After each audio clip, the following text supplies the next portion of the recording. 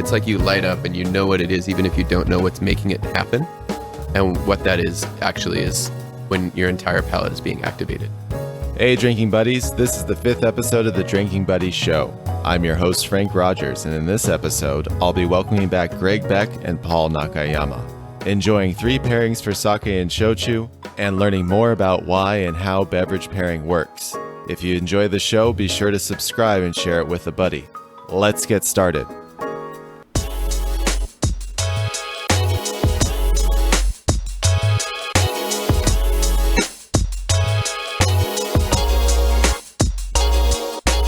Recently, I had on Greg Beck, the accidental sake expert and certified sake sommelier and shochu advisor. Paul Nakayama, founder of Nankai Shochu, came on in the last episode.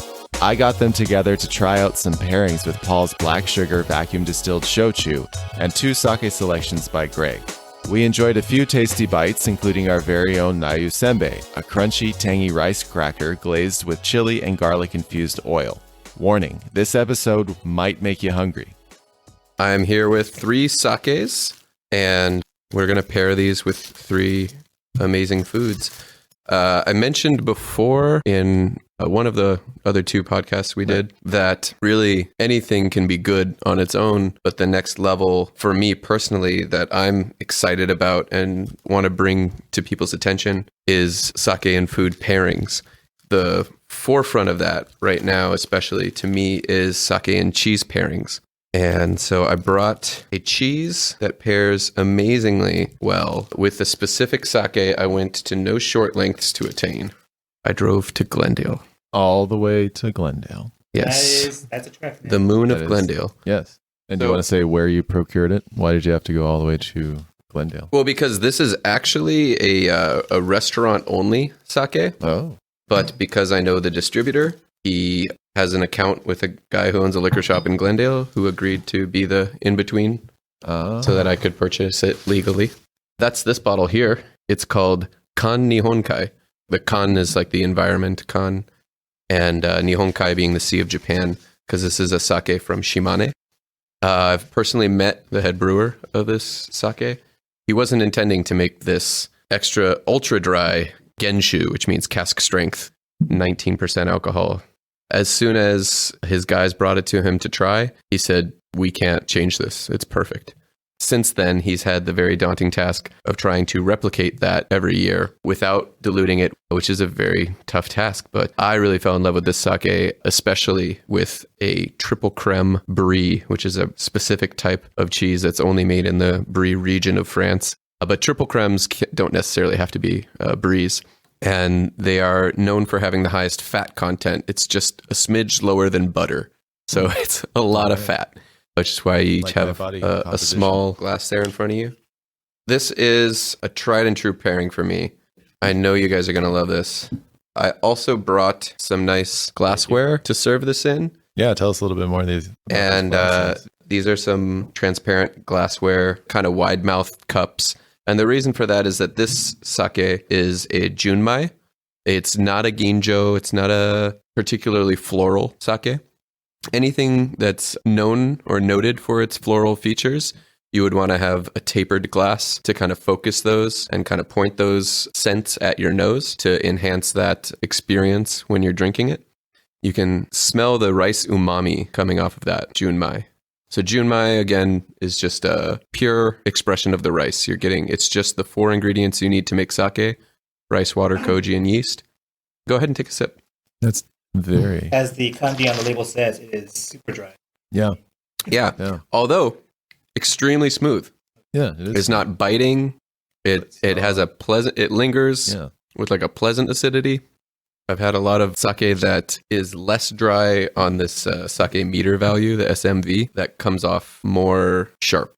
That extra umami is balancing out the extra acidity. Would you say junmais or dry sakes are becoming more and more popular? I honestly don't know. I think in Japan, at least, junmais were traditionally very popular because they have that classic ricey flavor that your kind of middle-aged Japanese salaryman would come home and want to drink. Whereas the modern taste is leaning much more toward ginjos and daiginjos with those melon and tropical fruit notes. Go ahead and take a bite of this cheese. after you bite it, what you want to do is coat your palate in it. And the best way to do that is just take a nice chewed up piece on your tongue and just rub it against the roof of your mouth. Delicious. Oh, that's very nice. Oh, yeah. It's enhancing the umami. Yeah. So what you're getting is the butteriness from all that fat content in the triple creme. Yeah. And that's being contrasted by the sharpness from the acidity, making this a ultra dry sake. But they also share that lactic backbone. So obviously cheese contains, I don't know that it necessarily contains lactose, but it is a dairy product. And then all sake is rich in lactic acid. They have this commonality that automatically makes them pair actually better than wine, in my opinion. And I say that as someone who loves wine and cheese as well. But then you get the contrast between the butteriness and the sharpness. And the sake also cleans and resets your palate for the next bite. All that cheese that you had coating your palate is just cleared right away. You're absolutely right. I was thinking about if you had a red wine or something and you mix that with a cheese, then you're going to have all those tannins. They just stick on your tongue and that's all you taste after. Whereas this just blends together so well and you don't need a palate cleanser. Yeah. This cheese and this sake, I've specifically paired together. Not all sake are going to pair with all cheese. There are some sakes that are just going to clash. There are some really delicate sakes that won't stand up to a lot of the bigger flavors in cheese. It's important to know what the sake tastes like. And I think it's easier to get a sake and taste it and then figure out which cheese to get than it is to get a cheese and taste it and then figure out which sake to get. So with a sake this dry and full of umami, aside from cheese, what other pairings do you recommend? In general, the acidity that is what makes a sake dry. It's the absence of sugar and the presence of acidity. That's going to be a great palate cleanser.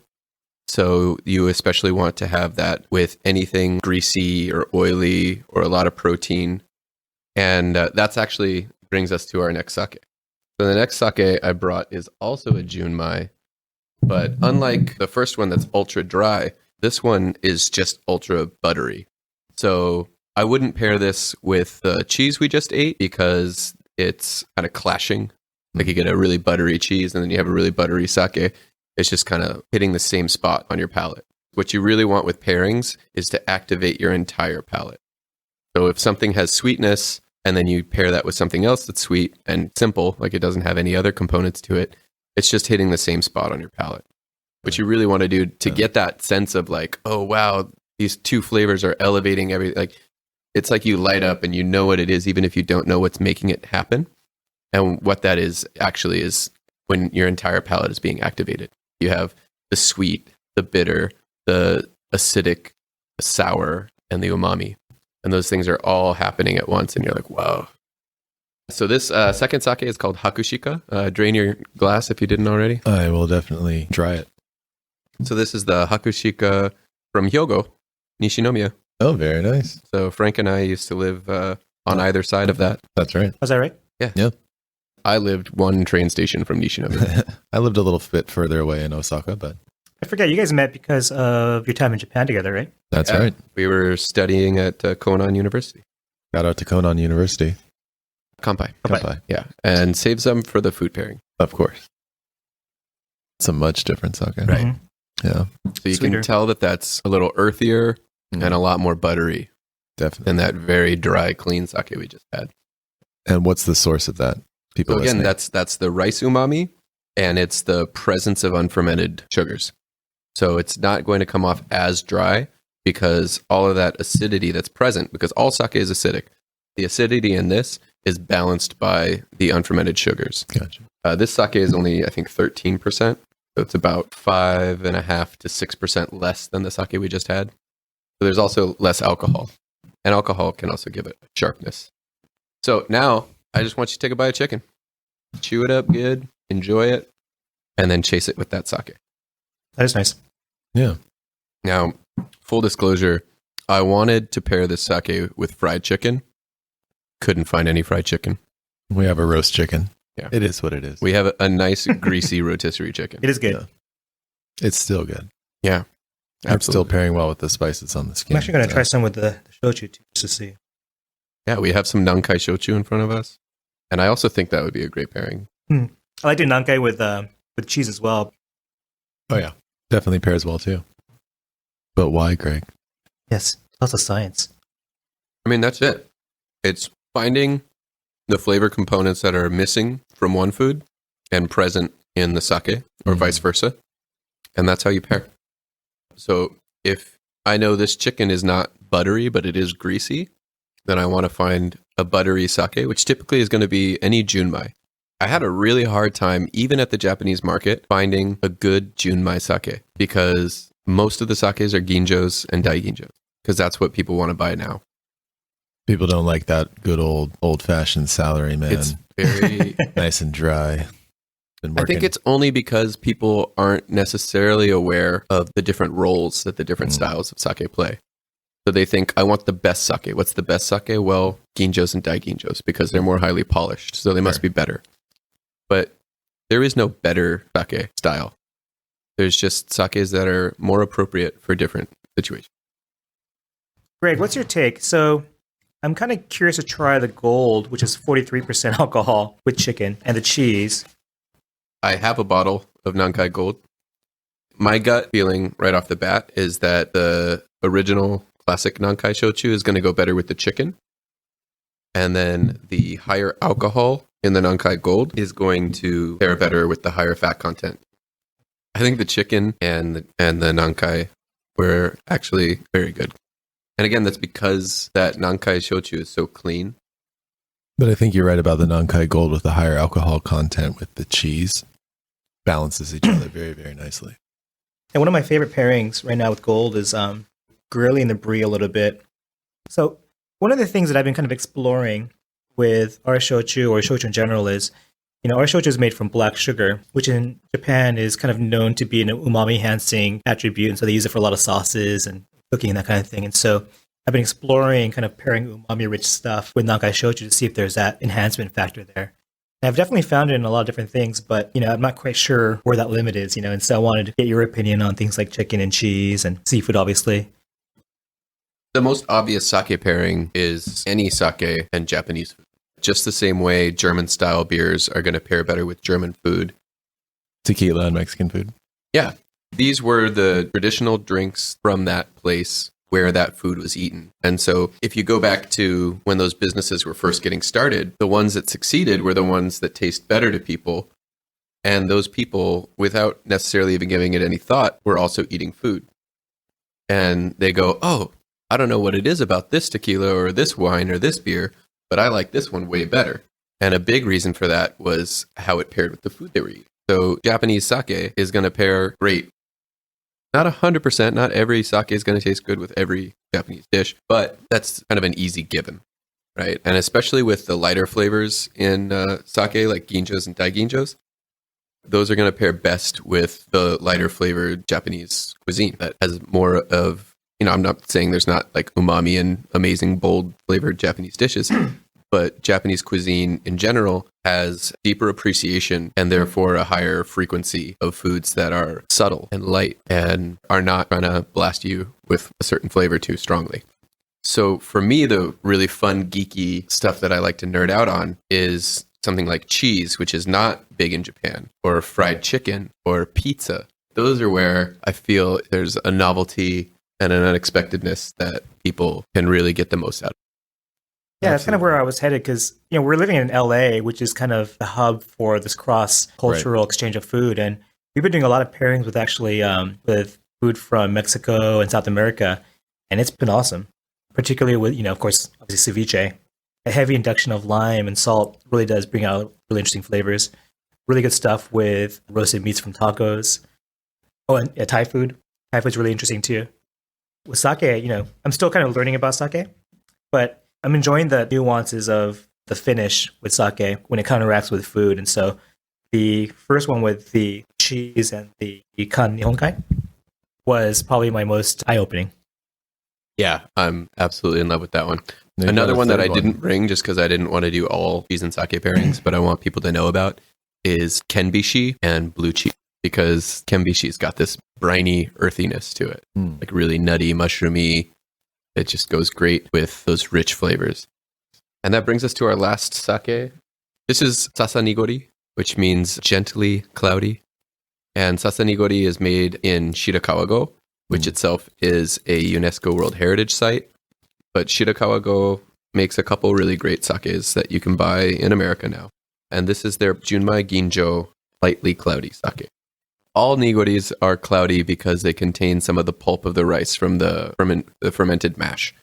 And all sake, including nigoris, are filtered. You have to filter it to call it sake. Otherwise, it's doburoku. So it's a misnomer to call nigoris unfiltered. They're just less filtered. Right. And the less they are filtered, the more cloudy and the more unfermented sugars, which are most present in that mash, it will contain.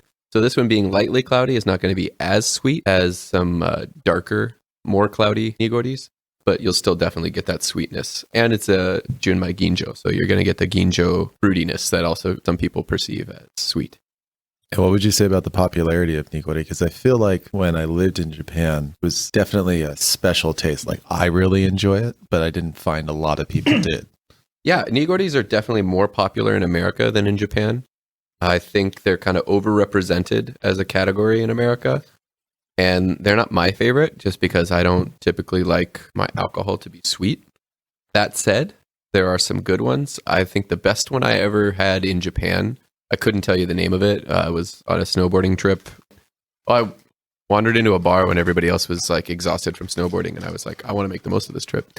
And I asked the bartender just to pour me whatever he recommended, whatever was local. And he poured me a nigori in that really fun pour-over style. More recently, I've been finding some great nigoris, like the Murai-ke from Aomori. Aomori Prefecture. Murai-ke makes a genshu. So again, that's undiluted, very strong nigori that I find very delicious. And it's actually dry or semi-dry, not really sweet at all because of all the extra alcohol. But what we have here is that Shirakawa-go Sasa Nigori lightly cloudy sake, Junmai Ginjo. And I purchased this specifically to pair with your drinking buddy senbei because the sweetness and the creaminess of a nigori is going to contrast and kind of soothe the spicy layu in the senbei. Very, very excited about this pairing. Me too. Kanpai. Kanpai. Kanpai. And while you guys are crunching on those delicious senbei, I'll bring it back to what I was saying before I distracted myself about the choco. These cups are not translucent like the glass ones we were drinking from before because it's a nigori. I find that the film nigori leaves on a glass isn't pleasant to look at.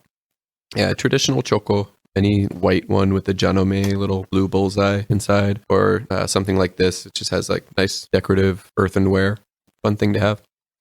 I'm having some of the chili oil senbei that you gave us, Franken, and man, it's so good. It just makes me want to eat it way more. I mean, all the pairings have been amazing, but it's just the part that's missing from the senbei is balanced by the nigori. Yeah, so the senbei, dry, it's got a lot of sweetness. Not a lot, it's got a little sweetness. It's got that spice and that sesame oil. So good. So what it's lacking is that creaminess and that rice umami. That's the savory and the creaminess. That's going to just light up those few parts of your tongue that are not activated by just the senbei. Right. Also, I don't think any of us are necessarily that sensitive to spice. No. And we could probably eat these all day and not have a problem. But I think some people who are very sensitive to spice might think that these senbei are quite spicy. Right. And with spicy food, I would always suggest a nigori sake because of that creaminess. And again, the acidity helps cut through the oil, which is what contains that spice. Right. And clears it off your palate, stops your mouth from burning. And the creaminess also just feels good. I mean, it's literally an alcoholic horchata, right? You know, what's really funny you mentioned that is there's a company called Colorado Sake that makes a horchata nigori. And I was very skeptical. But a local guy in Denver was like, this is great. You got to try it. And he brought a bottle over to the hotel and man, he was right. It's basically just a nigori with a hint of cinnamon. I was going to say, how much cinnamon is in that? I love horchata. It might be a little cinnamon, like a hint of cinnamon and a hint of vanilla that they add to a nigori that they make in Colorado, of all places. Yeah. But yeah, just hub of Mexican culture, Colorado. Said no one. Said no one. But that sounds amazing. Yeah. But yeah, so those are my three pairings. I definitely recommend a nigori with the Drinking Buddy Ayusembe. And then the brie with The brie with the kan nihonkai for sure. kan. But any buttery sake is going to go great with oily food. And any super dry sake is going to go great with the super fatty cheese. Now with the nigori, would you also recommend that for like a spicy ramen? Yeah, absolutely. So when you talk about pairing nigoris, they're really more of a dessert sake. So I would drink a nigori at the beginning of the meal or at the end of the meal. Except if you really wanted to pair it with something like in the middle of your meal, I would go spicy. There's not Thai a food. lot of spicy you get, like, Japanese dishes. If you had some spicy Korean food or like a Thai green chili, some Mexican food, yeah, absolutely absolutely. go with a nigori. Mouth is already watering thinking about it. Some nice cross pairings. I was wondering though, because Paul, you're talking about doing pairings with different kinds of food outside of Japanese food. Mm-hmm. Have you ever done anything with Vietnamese food? No, but that is interesting. We do some things in Orange County with our highballs. So, highball is just soda water with shochu and a little bit of citrus. And that paired nicely with some of the dishes we found in Orange County. There's one place called Recess Room where they did a lengua locomoco. Now, that's not Vietnamese. But you said locomoco and I know. already perked up. I know. And Well, lingua is in like beef tongue. yeah. Oof. Loves me. Yeah, the sounds richest of all, that was Double amazing. Sorry, was really nice Sorry, with the, vegetarians. with I respect you. yeah, that It's just the tongue. Oh yeah, vegetarians can eat beef tongue. Yeah, it's totally fine. I'm sure that doesn't count. It doesn't count. It's in their mouth. Off topic. they just Anyway. bit their tongues. What happened? Yeah, exactly. Right. Just a little bit off the top. Ooh, Hmm. triggered. Yeah, definitely triggered. That sounds amazing. I was gonna say in terms of pairing nankai, because it is a shochu being a distilled beverage with more alcohol. The higher the alcohol percentage, the more it numbs your palate, and it's actually harder to taste things with a lot of nuance when you've been drinking a lot. I'm sure you've noticed. I don't know what you mean. So I think a highball would be the best way Yeah. to enjoy a pairing with shochu and food. The thing that I've been really intrigued by too is, we're specifically focused on vacuum distilled, which tends to be a little bit less of an alcohol bite, I guess, on the front end of things. Yeah. And the viscosity you get from black sugar shochus, I think, is nice for the finish. And so with oily and umami-rich foods like ramen, actually, it's actually a nice pairing too, which makes me think I want to go to like a Vietnamese restaurant in Orange County and try, was it the 10 courses of beef? 12 courses of beef? What's it called?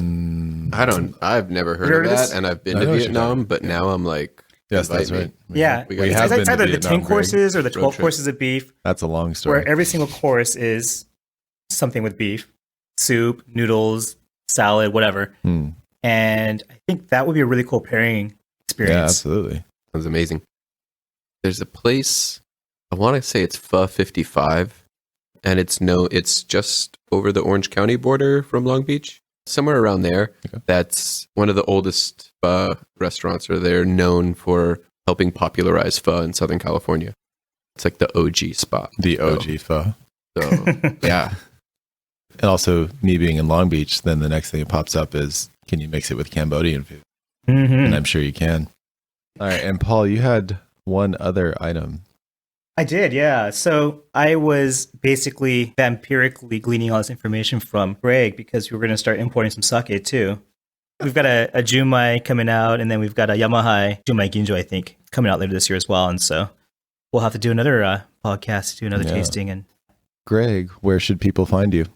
You can check me out on Instagram at GB Sake. And you're available for sake pairing seminars. Oh, yeah, totally. And Paul? you can find us at Nankai Shochu Official on Instagram or Nankai Shochu on Facebook. And An account that's, that I love personally. That's Shochu, not Soju. Perfect. Well, thank you very much, gentlemen. It's been a lot of fun.